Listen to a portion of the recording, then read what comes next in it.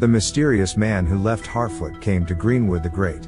He saw a figure resembling Nori and hurriedly chased after him. The apple Nori gave him accidentally dropped. The figure picked up the apple and transformed. She was a white robe. The mysterious man was a little overwhelmed, and what the white-robed man said was too surprising.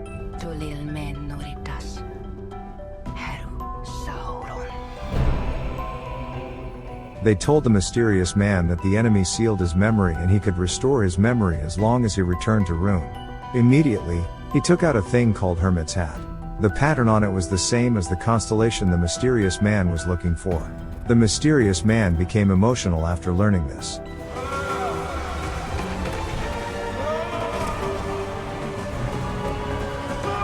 The white-robed man felt the danger and quickly hypnotized the mysterious man, preparing to tie him back to Rune.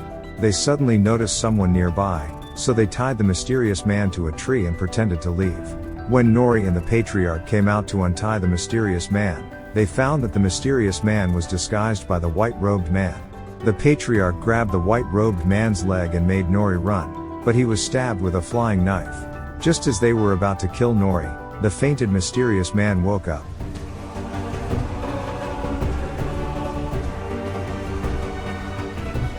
But he is not the opponent of the white robe.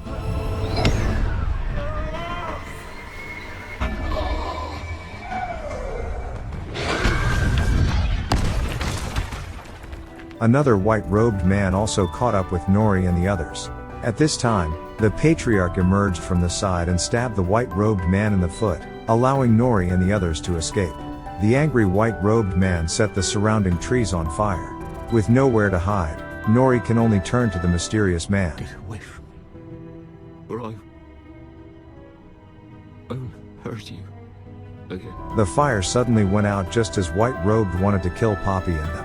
Afterward, the surrounding fires were all extinguished.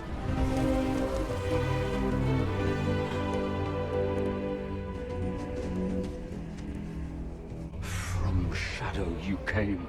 To shadow I bid you return. He is not Sauron. He is the other. He is. I'm good.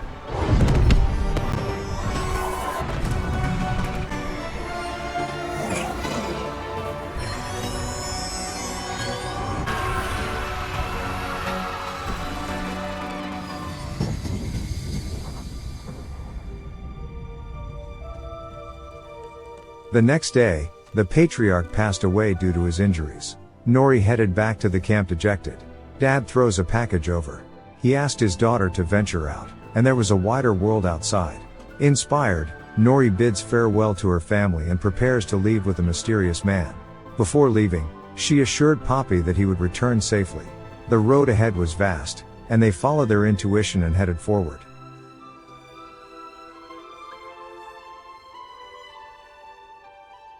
The scene comes to Numenor. The king's body is getting weaker and weaker. The chancellor summoned painters from all over the country to design the king's sculpture. Each painter had only 1 hour. The king suddenly woke up when it was the captain's daughter Irien's turn to paint. He mistook Irien for his daughter and let her repair their relationship with the elves as soon as possible. Otherwise, Numenor would be destroyed. Irien hurriedly called for help.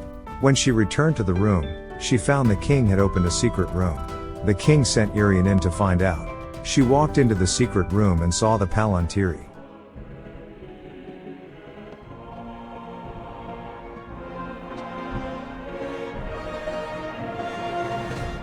When the queen and captain arrived in Numenor, the country was covered with black flags, which signified the death of the king.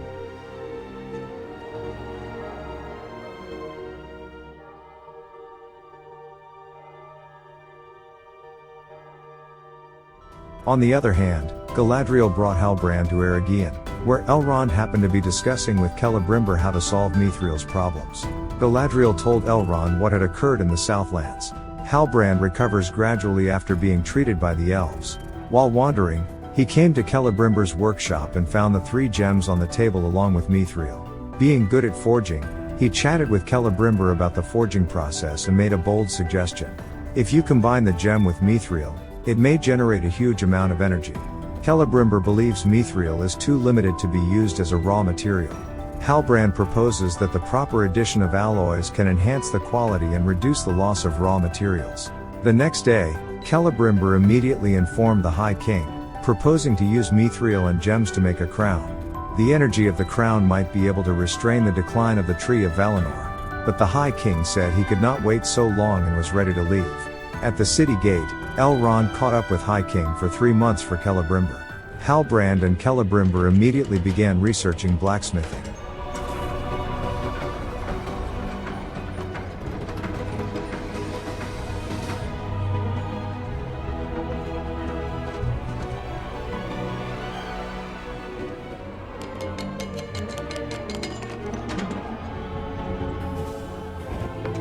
Galadriel watched Halbrand's every move.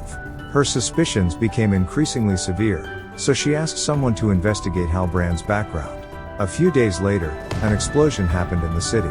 It turned out that mithril was too overbearing and could not be fused with common ores. Halbrand decided to use a soft approach, finding minerals that were attractive to mithril. At this time, a subordinate found Galadriel with Halbrand's information. Galadriel left first. Halbrand noticed Galadriel leaving and followed. He told Galadriel that Celebrimbor is no longer making a crown and will make 2 rings. And Galadriel began to question Halbrand. Not until you tell me who you are. Who you really are. Galadriel, I'm afraid I don't. There's no king of the Southlands. The line was broken. The blood of the Southland's king has long been broken. Who is the man in front of her? Halbrand is approaching. I said earlier, I am not a king, and I insist on staying in Numenor. You bring me all the way. The truth was about to come out. Galadriel drew a knife and stabbed Halbrand, but was caught by him, or we can say caught by Sauron. With a wave of Sauron's hand, Galadriel enters the illusion. Galadriel met her dead brother here. He kept convincing Galadriel that Sauron and the elves had the same goal. The hallucination did not brainwash her. The scene changed. Galadriel returned to the bamboo raft, where she first met Sauron. Sauron apologized to Galadriel. He confessed that he had done many bad things before, but now he just wants to redeem his past mistakes. Hope Galadriel can join hands with him to save Middle-earth. Galadriel didn't believe this. She drew her knife against Sauron. The scene changed again. Galadriel was bound and sunk to the bottom of the sea.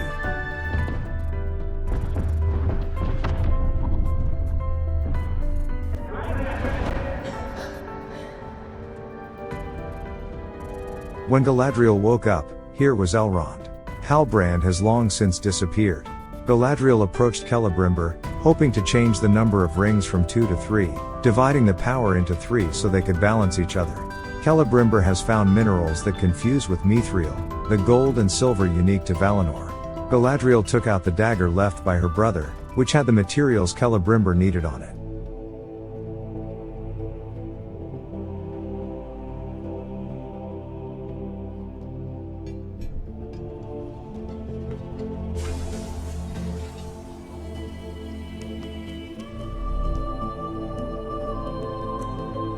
Galadriel watched reluctantly as the dagger left by his brother melted in the fire, and Elrond also threw mithril into the hot solution.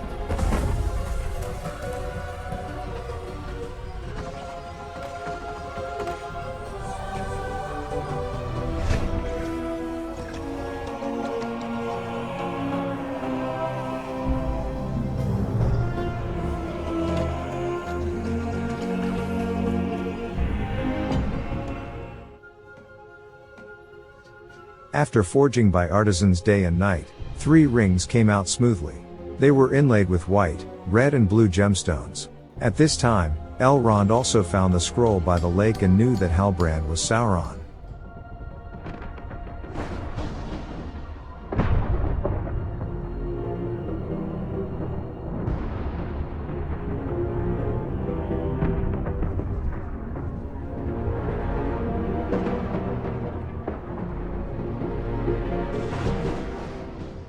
The first season of the Ring of Power is over here. Finally, let's talk about the 3 rings. They were named Nenya, Narya, and Vilya. Nenya, also known as Ring of Water or Ring of Adamant, always in the custody of Galadriel. Narya, also known as Ring of Fire or Red Ring. After several twists and turns in the original book, it finally came to Gandalf. Vilya, also known as Ring of Air or Ring of Firmament. initially owned by High King, passed to Elrond after his death. Vilya is also the most powerful of the three rings. This season is a bit messy. Multiple storylines interspersed. I hope the writers can polish the script carefully next season. The Lord of the Rings, The Ring of Power Season 1 ended here. If you like my video, subscribe me. Here is Minutes Movies. See you next time.